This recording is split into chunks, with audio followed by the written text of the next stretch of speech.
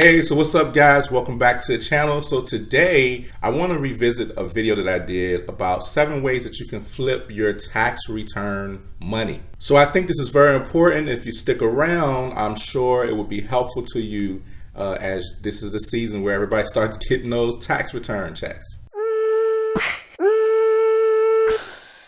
Hey guys, so welcome back to the channel. So today I want to dive right into it, just ways that you can tackle pretty much just take your tax return and invest it and make it work for you financially, or make it work for your life in a business way or what have you. Hey guys, so look, if you're new to the channel, my name is Joseph Fountain, and typically I like to talk about money in a way that people can understand it. I like to talk about investing. I talk a lot about investing and things around finances, different ideas, different thoughts, as well as things around business marketing, things that'll help you just get further along on your journey. So without further ado, 7 ways that can help you, potentially just flip your money.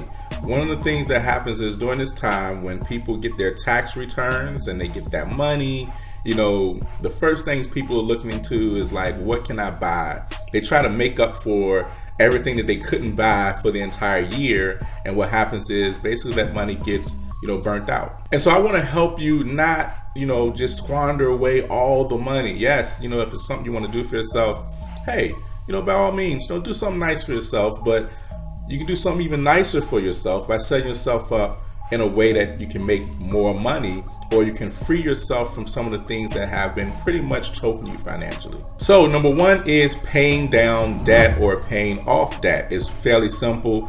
Paying down debt, paying off debt, it's fairly simple. Now with paying down debt, you want to take a look at maybe what debt has pretty much been, hurting you all year long that you might can just eradicate. If your refund check is large enough, you can get rid of that debt and then free your money up, on a weekly to monthly basis, it might be worth it. As well as if there's something where the interest rates have been just absolutely killing you because, it's coming off of the balance, you might want to get that balance lower. Basically, anytime that you save a penny, you're earning a penny. So basically, when you're able to pay down debt or pay off debt, you kind of free up your money, especially with things that have, interest attached to it. So paying down debt, do your research around your debt, knowing where you are, and just kind of, know exactly what, the next steps you may need to take, with that debt. So number 2 is investing your money. Now on this channel, like I said, I talk a lot about investing. So investing is definitely a great way to, take your money that you got from tax returns, a lump sum, and you can invest it and it can make money for you through time. Now, if you're someone that's looking to make quick flips, with your money, like through trading, that's something you would want to take your time and really invest in learning, gaining the knowledge that you need for that proper skill, so that way that you're not just, putting your money into something and just losing it all. So investing your money is definitely a great way to flip your money. So you can invest in, stocks and ETFs and literally through time, it can grow. Investing is something that I love a lot because you can start where you are, you can take the money that you have and you can do it. It's one of the things that I did when I first started investing. If you know anything about, me and this channel, you've heard me say, hey, I started investing with $30, and that's absolutely the truth. And I continued to invest little amounts until I was able to invest bigger amounts. And that's what I did 12 years ago. But one of the other things that I did that was also very helpful in my investing journey is that when me and my wife would get tax returns back, we would take some of that money and just invest it into things that we were pretty sure of, things that are going pretty well today, things that are still strong, things that were conservative and grew through time and had, maybe a dividend attached to it. And so when you get a lump sum of money, it makes sense to just allocate some of that towards your future by investing it. Of course, with anything that I'm saying in this video, make sure you do your proper research and learn, and things will work out for you. All right, number 3, starting a business. Listen, if you got a skill, you got a passion, you can start a business. There are different businesses that you can actually start, with, not a whole lot of money. So whether it's a business that, it might be a home-based business or multi-level marketing business or whatever, or if it's a business that you just want to start, like a landscaping business, and you need to purchase some landscape equipment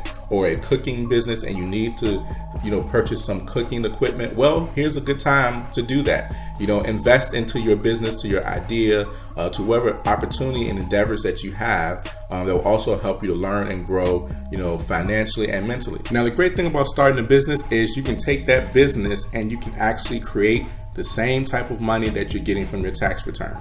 Your possibilities are pretty much, endless. So consider taking some of that money and getting your business jump started. All right, so number 4 is learning a skill. Yes, learning a skill can be vital and helping you to make more money, similar to starting a business. So let's say, for example, if you want to learn a skill in something like IT or IT securities, for example, that skill can be something that can help you gain another job or maybe start your own business. Typically, it leads you to more money. Whatever that skill may be, whatever that trade may be, learning more of it will just help you to be able to, start a new career or start your own business. So learning a skill is powerful. Even if it's not something that's directly connected to a particular industry, it could be learning a skill in the art of sales that you can use in your business or on your job if you're in a sales job, or learning leadership skills or anything like that that helps you to grow, that can and also have a direct connection to your finances growing as well. So learning a skill, whether it may be something where you're paying for a course or you're taking a 8-week class or something like that, whatever it may be, learning a skill can definitely help you to flip that tax return. All right, so the last 3 are a little bit more, you need a lot more research and you have to be a little bit more careful with. So number 5 is buying a house. Now I know you're like, what? Buying a house with tax return money? That's crazy. Well, there are different ways that you can buy homes. It's not just a traditional way of you see a for sale sign in the yard, you go and you're buying a house for $150,000, $250,000. In fact, there are so many different other opportunities around buying homes that you just don't know about. For example, if you were purchasing a home or even like a property where there's it's been tax foreclosed, it has a tax lien on it, you can pretty much pay the tax, the back taxes, or there may be an auction around that where the house may be like $500 or $1,000. And yes, people do buy homes like that. Now, there are more details into that in particular because for tax liens, you'd have to wait a year. The owner or whoever has a year to, pay back, those taxes, and they can, reclaim the property or whatever. But hey, after that year, if they don't, then that property is yours for $1,000 or $2,000. Or it can just be a simple auction. At one point back in, 2006, 2007, Detroit had a mass amount of homes that were all for sale, for $1,000 and $500, and this was during the time when the recession was, pretty bad. And that's just an example, but there are different methods and different ways that you can actually take, what you would think to be a little bit of money and actually, purchase a home. It's very real in America and a lot of other countries as well. So number 6 is buying land. Number 6 is just like number 5, except it's pretty much about land.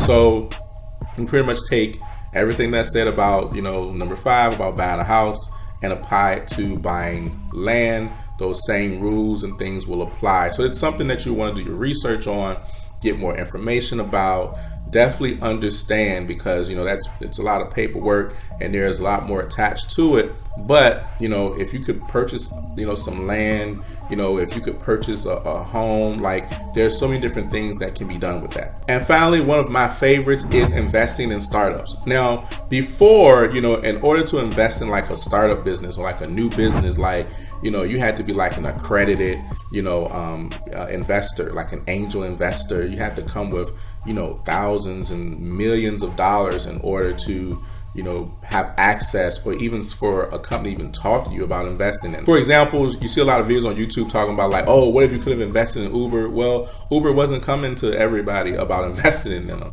They were coming to specific people who had a specific amount of money in order to, have them invest into the company. So you couldn't have just put $100 into, Uber, if they weren't coming to you. It wasn't, no way to do it. But nowadays, because of the new technology and things that are out there, you have so many different ways that you can invest into startups. Now, it's risky because you can invest into a startup business, a new business, it can disappear next year. It can disappear in a couple months.